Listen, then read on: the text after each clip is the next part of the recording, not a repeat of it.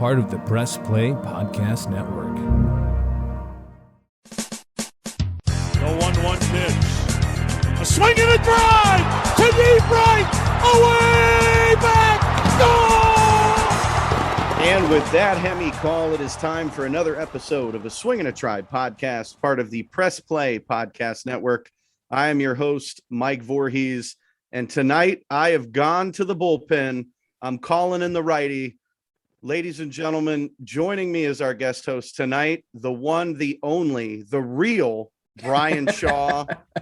Bryan, I always love these back. intros. these intros are always so great. I appreciate you. I take time to come up with some good ones. Hey, man, I want to say thanks for pinch hitting tonight. Absolutely. Brent, I'm honored. Brent, unfortunately, had a busy schedule, but I greatly appreciate you pinch hitting tonight. So how have you been, sir? Tell me what's new and exciting. I am good. I think since we last spoke, I have started a stint at Fox 8. So I am now Cleveland's own Bryan Nice. Shaw. So I like that. I interned there long ago, and it's good to be back and a part of that team. You can see me there on the weekend evenings. And speaking of Fox 8, I know Press Play has brought in the services of Scott Sable and his little brother, who I am good friends with, John Sable. So very cool to see them join the Press Play team. Absolutely. Check out their podcast. I mean, yeah, and if you've been on now, this is, I think, your third time being on the show. We had you on earlier this year, and then we had you on to talk about the trade deadline or leading up to the trade deadline. So I'm glad that you're back. I mean, we know that you are the statistician, and your stats are better than mine. So let's dive in. So here the Indians sit. They're 64-64, right at that 500 mark. They're 6-4 in their last 10 games, 33 games left in the regular season. I mean, this team can't seem to catch a break. 10 games back in the division, 9 games back in the wild card as we record tonight. I don't know, man. This team just can't catch a break. No, but at least they keep grinding. And I think that was evidence of that a day or so ago when they were getting no hit in the 6th, and they come back to win that. I mean, that's a gutsy win. That's a team that has no give up. And I like that. When we spoke back around the trade deadline, and we talked about the moves that they were going to make and how they were going to sell off some of the players. And you saw that with Cesar Hernandez and Eddie Rosario and some kind of those guys. You knew that this season was a little bit of we were calling it a punt. You're punting on this season. You're focusing on next season. And I've really enjoyed watching some of the development of the younger players in this last month, and how guys that were struggling at the beginning of the year now have come on, or you're seeing just a little more of other players. And I think the future looks really bright with some of these guys. And but like you said, we're still getting hurt by injuries, and like a guy like Harold Ramirez, I would have loved to have seen him more consistently, and then he goes down with an injury. Bobby Bradley goes down with an injury, and you wanted to see him get more consistent play since he was able to. So that's been tough, but I think it's still been a very exciting baseball over the last month. Yeah, I know Brent and I, when we last recorded, we talked about, should the Indians just kind of not necessarily tank, not necessarily quit playing, but just kind of focus on 2022 and look at these young guys, look at some of your relievers, look at some of these pitchers, and just kind of see what you have so that you can kind of develop an off-season plan. Yeah. So that, because we know that the MLB now says that, they're going to raise the payroll floor, so to speak, and they're going to want to keep it around 100 million. Well, the Indians started the year at $48 million. They shed Hernandez, they shed Rosario, that payroll drops even more. I hope, Dolan's got his checkbook ready, because he's going to have to spend a little bit of money. Well, and I don't want to steal anybody's news, but you've heard rumblings of a minority owner, and I'm sure that kind of cash influx is going to help. I've heard other people that are more in the know than me say things like they just expected to be able to spend more next year. They have some positions that they know that they're going to want to upgrade with. In terms of like you said, not tanking, but focusing on next season, there's an aspect of that I think you're going to see with like Shane Bieber and Aaron Savali. You have a month left. Is it really worth bringing those guys back? How many starts are they going to make? 3? Yeah. by the time they finish their rehab assignments. So it's things like that continue to get these young kids some looks at starts. Why not? Let them take their lumps. They've been taking their lumps for a lot of the season, and that's when they lost. What was it, like 10 of 12 at that time? But it's at the point where, let's see what you guys, what some of these guys have. Let's see if they can work through things, put them in pressure situations. We noticed that with, it wasn't Nick Sandlin, but one of the relievers was put into a high leverage role because I think they had used Karinchak and Clase the night before. It could have been Blake Parker. One of the younger guys. It was who'd they get from who's the kid from the Yankees from the Rule 5? Trevor Stephan. Yes, thank you. I think it was Trevor Stephan. I think they put him in a high leverage role, and unfortunately, it didn't work out. But that's the whole point of what you have to do here is you're putting these guys in those higher leverage roles to see, all right, are they going to step up to the plate, or are they going to struggle? And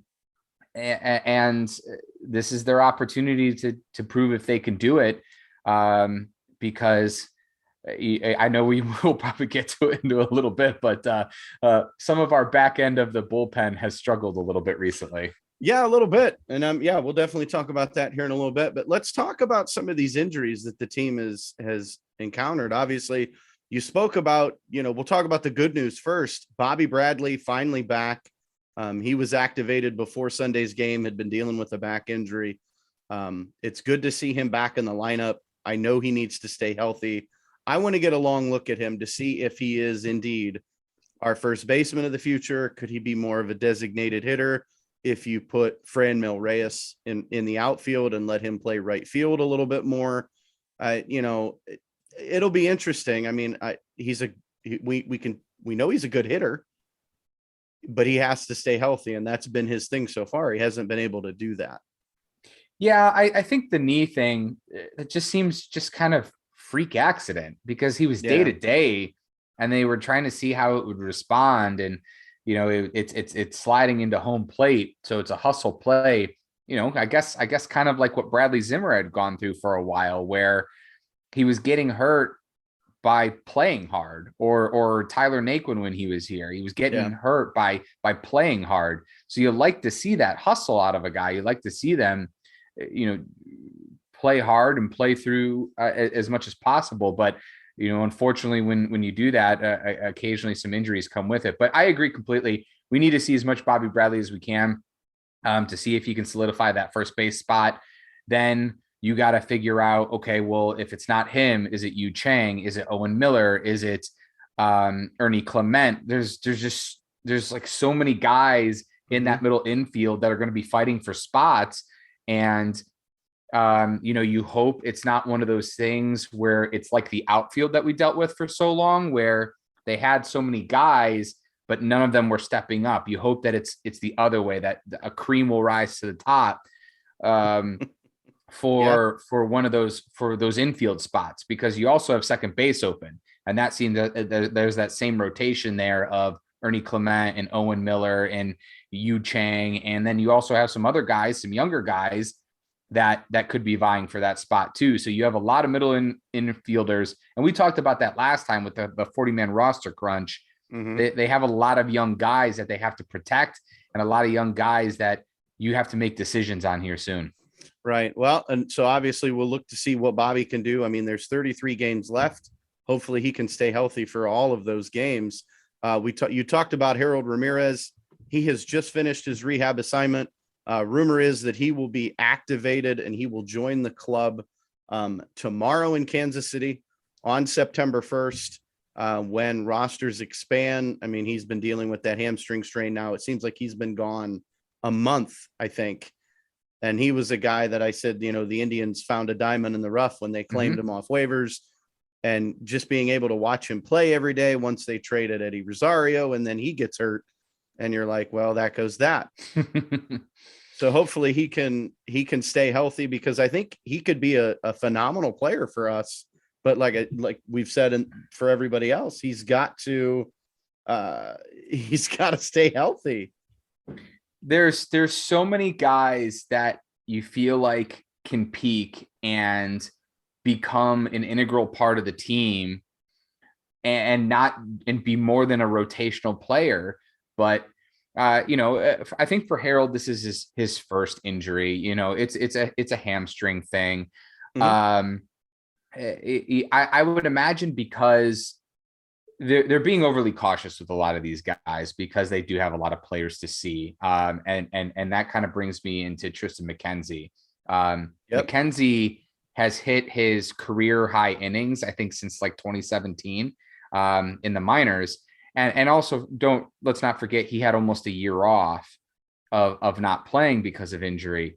So I would imagine that was one of those things that they were like, let's just give him a rest, whether he was actually fatigued or not. I think they just wanted to give him a break and not overwork him and not do something to get him injured. But when it comes to Harold, where Harold has been gone, that has allowed Bradley Zimmer to now shine in the last month. Well, him and Mercado both.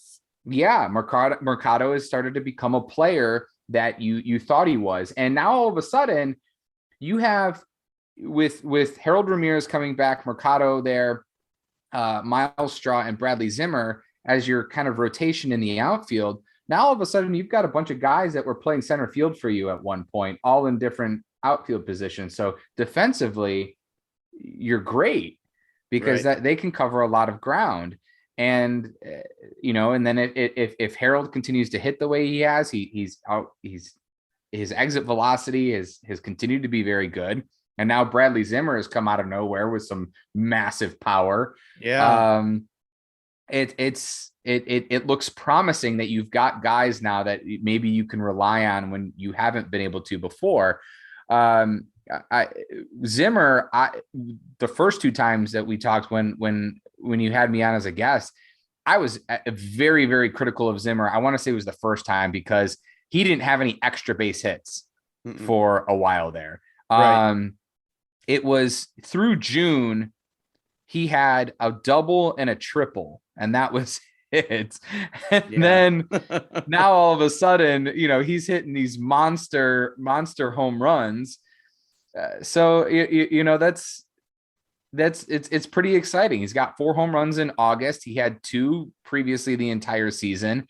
He has 12 RBIs for the month of August, and he had 15 previously for the rest of the rest of the season. So he's really come on strong, and hopefully he can continue with that momentum. Absolutely. And he's somebody to look forward to coming up. I know you mentioned Tristan McKenzie with that quote unquote shoulder fatigue. He was placed on the 10-day injured list, but he has been announced now that he will start Thursday in Kansas City. So you're hoping that whatever was wrong, if he just needed a break, they gave him a break. But like you said, if he's reached his career high in innings, is this a smart play by the Indians? Yeah, I think it absolutely is. Okay. I want to say it was probably a precautionary thing because, you're getting to the end of the year. You want to slowly ramp them up. So you give them a little bit of time off and you give them some rest, because remember the first stint we saw McKenzie, his velocity fell off at the end of the year. Yeah, it did. A lot. And people said, well, that was fatigue. And some of the issues that he dealt with that. So I think it's okay to, I definitely think it's okay to give him a little bit of a rest and give him some time. But talk about a guy that has turned it around. Yeah, whatever they sent him to AAA to do and work out, he has figured it out because he has pitched lights out the last 3 or 4 times out on the mound, where it's looked like he's almost been unhittable. It was incredible because we were talking about how he couldn't find the strike zone, and his walks per 9 innings was just through the roof, and he was struggling. And they've really, you did pencil him and Quantrill in for your 4th and 5th starter. Mm-hmm. And then Logan Allen was in there as well because he had a really good spring. And it just didn't seem to work out. Plus, then those guys were pushed up into roles that they shouldn't have been in as your 1-2s because of injuries. And things just kind of got out of hand there for a little bit. But my goodness, if Quantrill and McKenzie are the guys that we've seen in the last month, the back end of the rotation is your 4th and 5th starter. I mean, your 1 through 5 is incredible. Right. We just need to get there. 2022 can't get her fast enough. It does seem that way. As long as these guys can remain. I mean, obviously we know Roberto Perez, he's close to returning tonight. He's actually in Akron on a rehab assignment. I know he doubled in his first at bat. The Indians may want to speed him along just a bit, because as we found out on Sunday, Wilson Ramos is done for the season after he tore his ACL and MCL again. This is like the 3rd time now in his career he has damaged and torn that ACL. I mean, Wilson Ramos was a surprise. I mean, he started the year with Detroit, was designated for assignment. When the Indians picked him up, it was a head scratcher. I'm like, why are you picking up a 33-year-old who couldn't get it done in Detroit? You stash him down in AAA. And then with Austin Hedges being hurt, Roberto being hurt, he comes up and he's actually played pretty well as of late. And now his season cut short due to injury. So now we're with Austin Hedges as our starting catcher. And now with COVID issues, the team has added John Paul Gonzalez, a catcher from Lake County, it sounded like he was their 3rd option because the 2 catchers in Columbus, Ryan Lavarnway, he's injured. And then Gavin Collins, who was going to get the call up, unfortunately is in COVID protocol quarantine. So they can't call him up. They were going to add Gonzalez to the taxi squad.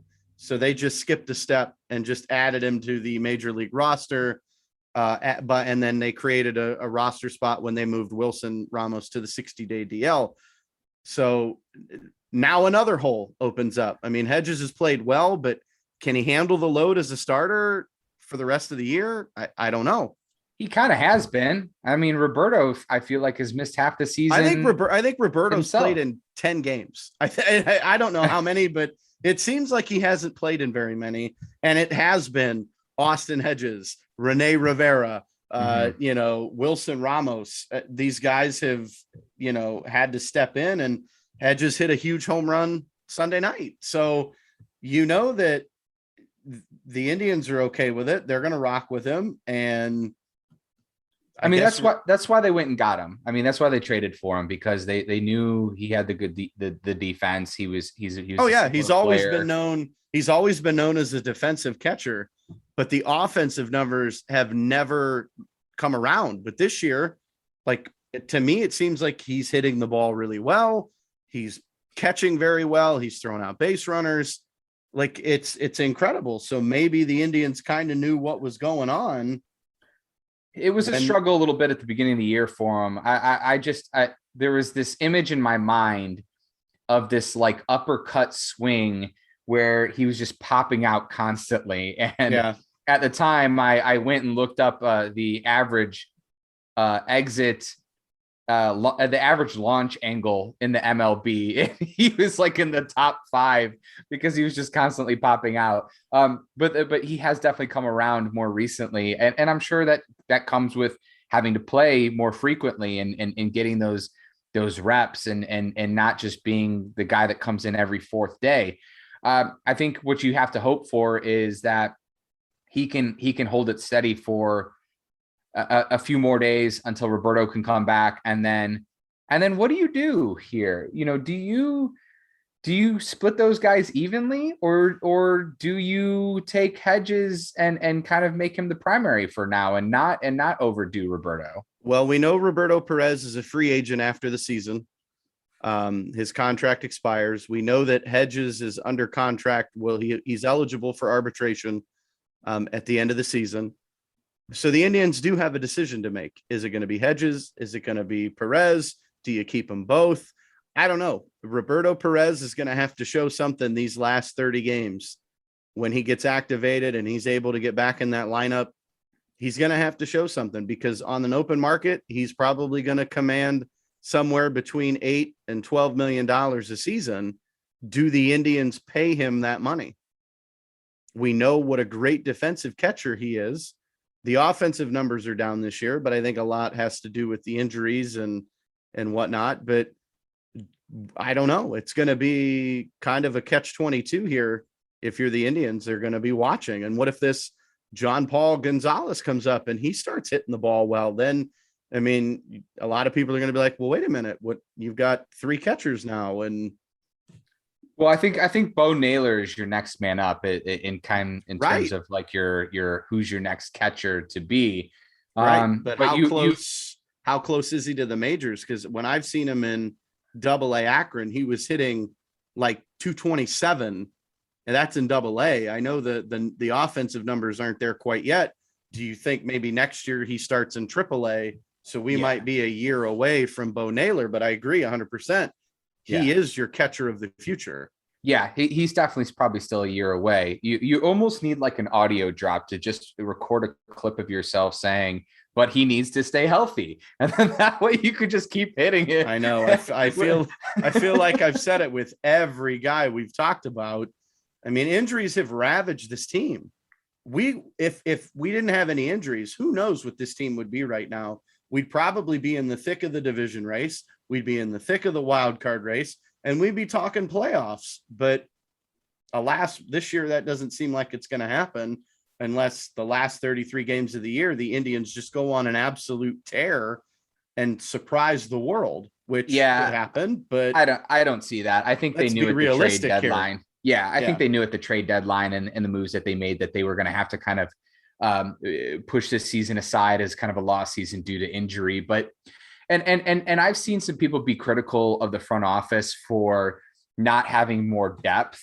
I mean, if you took the White Sox and they lost their 1 through 3 starters, they would be in the exact same position the Indians are, especially your top 2.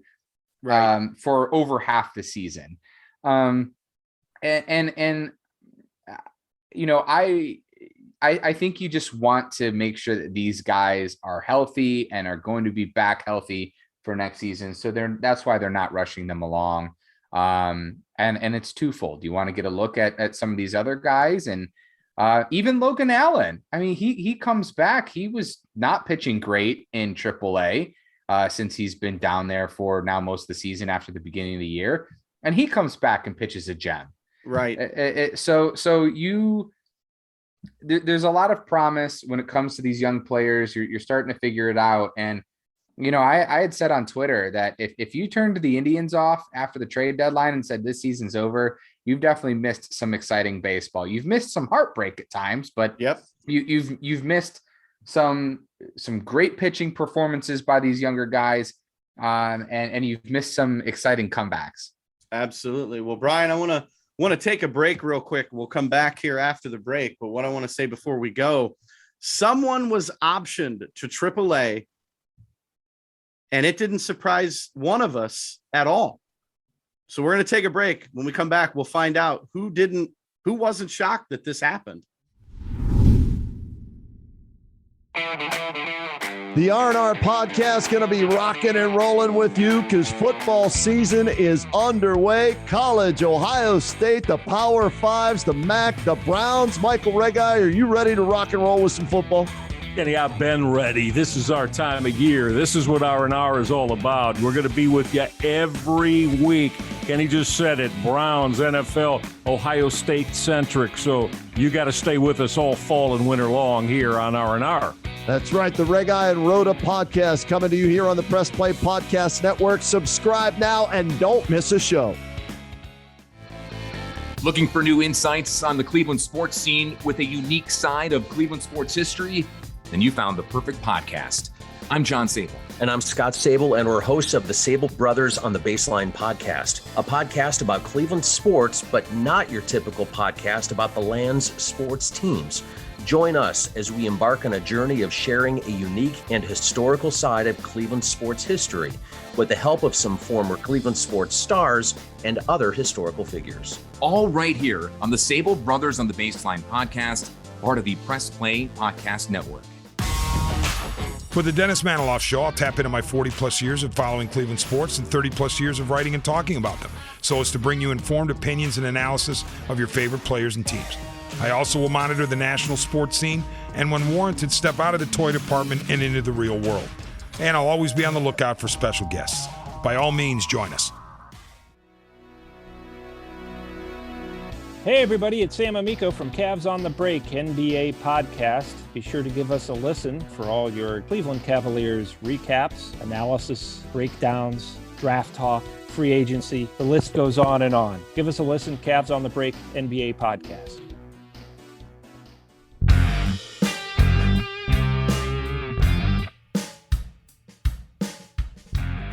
Hey, I'm Jason. And I'm Gary, and we love ball cards. And if you love ball cards too, good news. You just found your new favorite podcast. From breaks to grading. And from collecting to flipping, join us on the Ball Card Show. The sports podcast for the sports collector.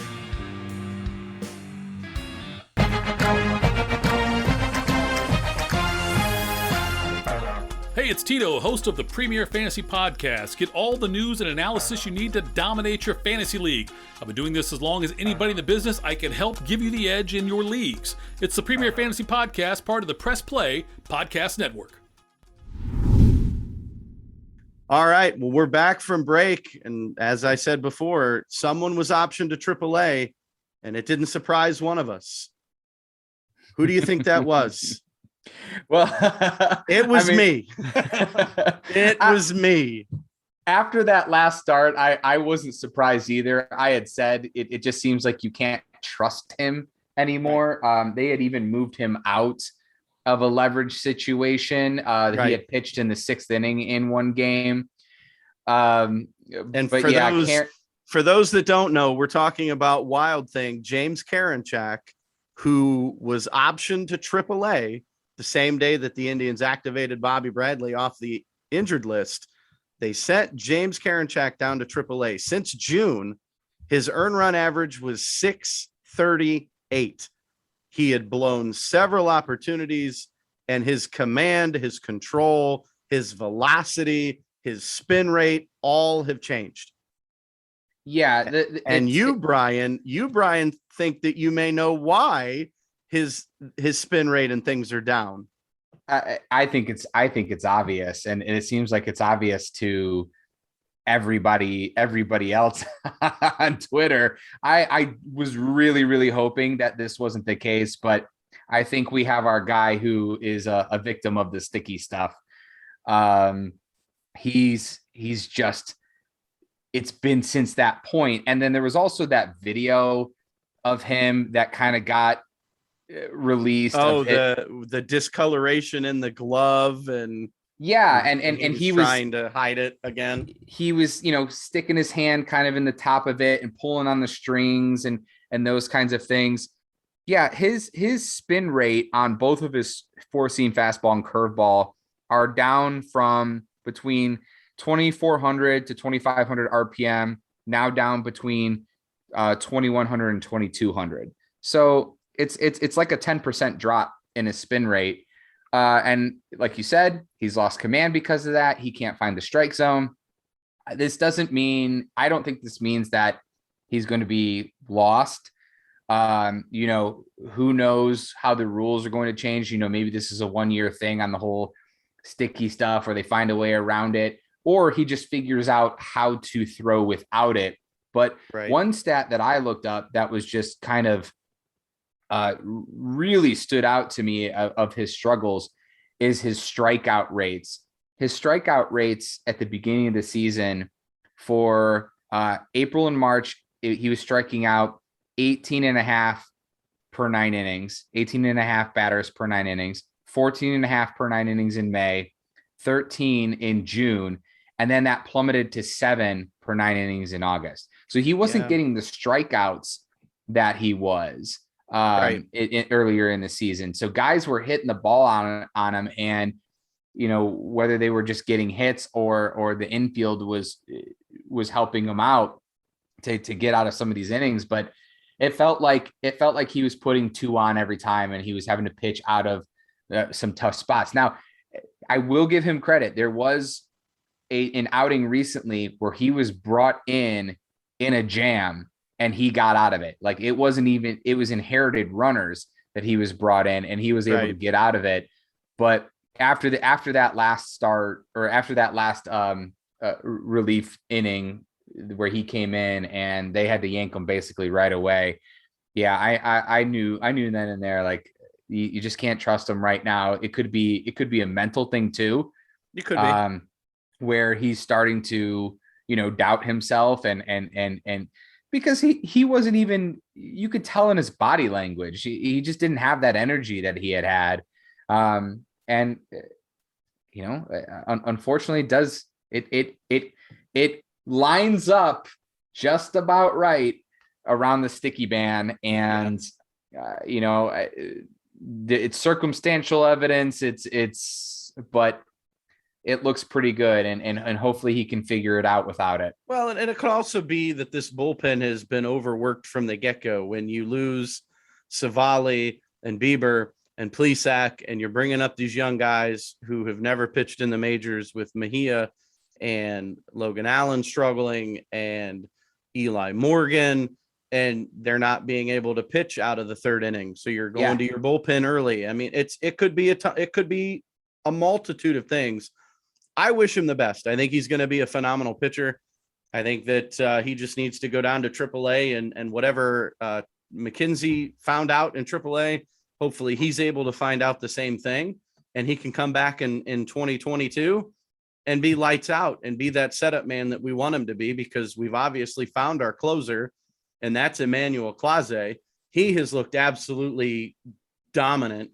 He's unreal. He's got a 1.44 earned run average. Like, I'm sorry, when you're throwing 100-mile-an-hour cutter and 100-mile-an-hour fastball and a 90+ mile-an-hour slider with so much movement, I mean, if he's on, he's unbelievable. If he's off, guys kind of can make some contact on him. But lately, he has looked unreal.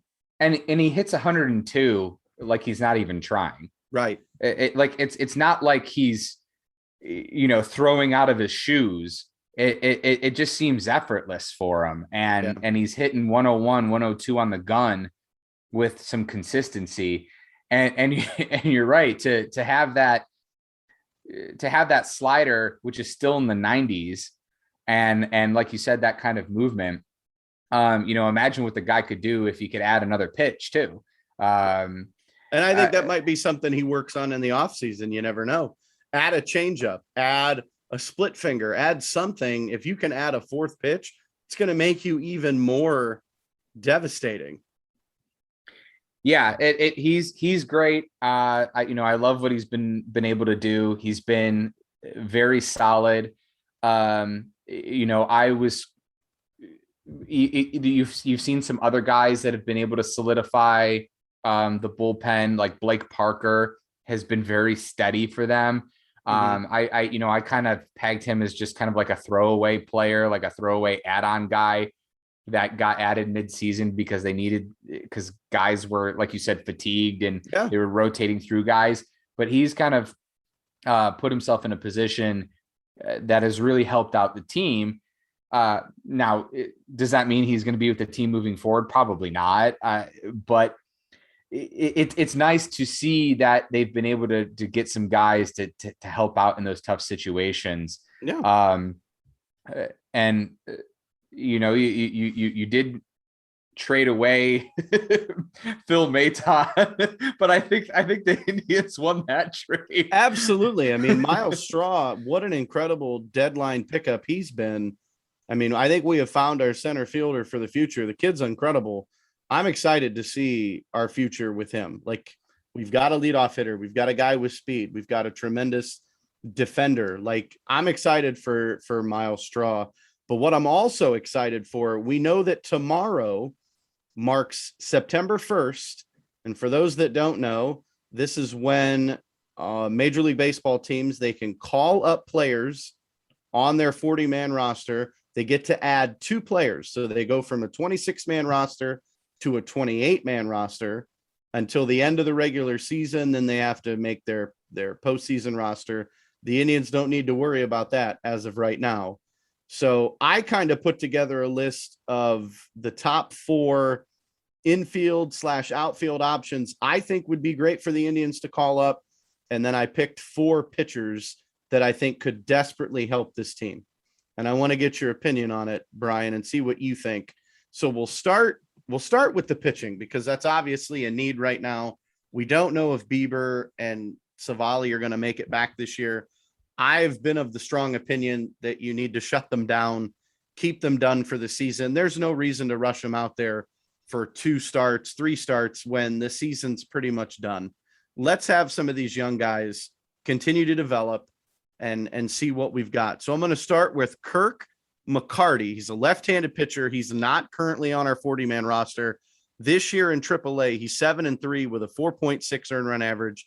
He's thrown 94 innings, 74 strikeouts, and 29 walks. I know the Indians are very high on this guy. I should say not this guy, this kid. He's still very young. I know a lot of people were shocked earlier when the Indians were going through all these injuries with their pitching that he didn't get the call up. But I think one of those reasons is because he's not on the 40-man, and the Indians are going to have to make a move in order to get him up. And for the September 1st increased roster day, they would still have to make an adjustment on their roster to call him up. Right. Yeah. And that's exactly the case is the guys that were getting the call ups, basically Mejia kind of being that culprit of it's because he was on the 40-man. Right. And so, yeah, they didn't want to have to make that move. I'm not sure off the top of my head. Are both Bieber and Savali on the 60-day? I believe so. I know Bieber is for sure. And I'm almost positive when they called up Alex Young, when they got him off waivers from Arizona, when they called him up, I think the corresponding move was Savali, moving Savali to the 60-day to open a roster spot. So yeah, he's not on the team, but I mean, there's some options if we have injuries or maybe they designate somebody for assignment. I mean, they're going to have to make some 40-man choices. Right. And I think you kind of need to see what these pitchers can do. And I like another guy would be Anthony Gose. He's left-handed. He's 6-1, 4.14 earned run average, 38 strikeouts. This guy was electric in spring training. He was a former outfielder. You know, he made a comeback in the majors by becoming a pitcher. He hits 100 on the gun. He could definitely help our bullpen, considering we don't have a really good lefty in the pen. Right. And he's a guy that you can look to see if he's going to be kind of one of your higher leverage guys, because as much as I like him, as much as I've liked him for this year, Bryan Shaw is not getting any younger. And I don't think he's going to pull the Ali P and be able to pitch until he's like almost 40. Right. And especially at the way he's kind of reinvented himself a little bit this season with the Indians after a tough couple years. and at the beginning of the season, I never even expected him to be kind of your seventh inning guy, which is he's turned into. Right. You expected a couple other guys to be able to step into that spot. I said this before, but Nick Wickren, I think, is my most disappointing player of the season, because you expected him to be one of your higher leverage guys, and he hasn't been able to. So yeah, with a guy that can throw 100 on the gun, a lefty, you can give him an opportunity to see if he can be one of those guys for you that you can really trust in the bullpen. But again, the Indians would have to make a 40-man move because he's not on the 40-man. In fact, these other two pitchers I'm going to mention, they're not on the 40-man as well. So, I mean, obviously decisions are going to have to be made. I thought maybe Kyle Dowdy could come up 4-4, 3.69 earned run average, 54 strikeouts. And again, just another bullpen arm, something to look at. Or maybe Jordan Stevens, he's 2-0 with a 3.72 earned run average, 41 strikeouts. He looks unbelievable. So, I mean, you've got options. It's just, will the Indians make a corresponding move on the 40-man to call one of these guys up? Yeah, and I'm sure it's going to depend on if they feel like they can. They're not going to want to risk anybody that they could lose long term to make that move. So, is it somebody like Blake Parker, who we talked about before? Does he get cut just because they want to see some younger players and he's not a guy that's probably part of the future? I'm kind of shocked that Blake Parker's. I honestly, you're talking about pitching and their needs. he's pitched pretty decent for them. He really has. He's done very well over the last month or so. I think I'd like to see the infield guys. I want to see a Gabriel Arias or a Nolan Jones. Mm-hmm. I think it's two things. It lets you see these guys on the big league level. It gives them that opportunity. Right. I think this could rejuvenate the fan base a little bit. This is something that this gives people a reason to turn the channel. This gives people a reason to buy a ticket to go see. These are your big guys. These are your top prospects in those spots. And somebody like a third baseman, obviously, he's not going to be at third base with Jose there. And you have a bunch of other infielders. See if you can play left field. Let's see if he can do it at the big league level, because that's. It's funny. It's funny you mentioned that Nolan Jones has played first base for Columbus. He's also played in the outfield. Could be a beautiful move. Arias, he's hitting 277. We know he plays the infield. Maybe it's time we give him a look and send an Owen Miller or a Clement or somebody or a Chang back down just to see these guys. It's possible. Yeah, especially if they have options. It's interesting that I feel like we haven't seen a lot of Ernie Clement lately now that Bobby Bradley has been back. It looks like, Ernie Clement has been getting. Ernie Clement is currently on the 10-day injured list with an undisclosed injury. Oh, well, I missed that one. So I guess that explains that. So, then maybe you see something where, he gets optioned or he gets moved to the 60-day IL that frees up that 40-man roster spot. You've gotten a little bit of a look at him. So that could be one of those moves, but I want to see a Gabriel Arias or Nolan Jones. I think it would do, like I said, I think it would do a couple of things. You want to get a look at them because these guys could be up next year with the team. And I think it's something to excite the fans a little bit. Well, absolutely. Bryan, as always, I love when you can come on and throw your stats and throw all the information. We know that you're a diehard Indians fan like myself, like Brent. So that you are welcome here anytime you want to jump on and throw some insight. I'll make an executive decision. I know Brent would agree, but we would love to have you on. But before we let you go, Bryan, why don't you tell everybody where we can find you on social media? You said earlier that you're now doing weather for Fox 8 News on weekend mornings. Weekend nights. I'm sorry. Weekend nights. I have done some weekend mornings for them. When when there's some vacations and stuff. But yeah, my regular shift is weekend nights. You can see me there at 6 and 10 o'clock. There's fewer 6s because of sports. So definitely at 10 o'clock. Then it's WX Shaw, Weather Shaw on Twitter, Bryan Shaw Weather on Facebook. And my Twitter is a lot of sports. Obviously, Browns making roster moves and things today, talking a lot of Browns. But yeah, come chat with me. Would love to talk with fans and get their experience and get their reviews as well. Awesome. Well, Bryan, again, thank you so much for being able to come in from the bullpen tonight and pinch hit for Brent. I know he appreciates it. I know I appreciate it very much.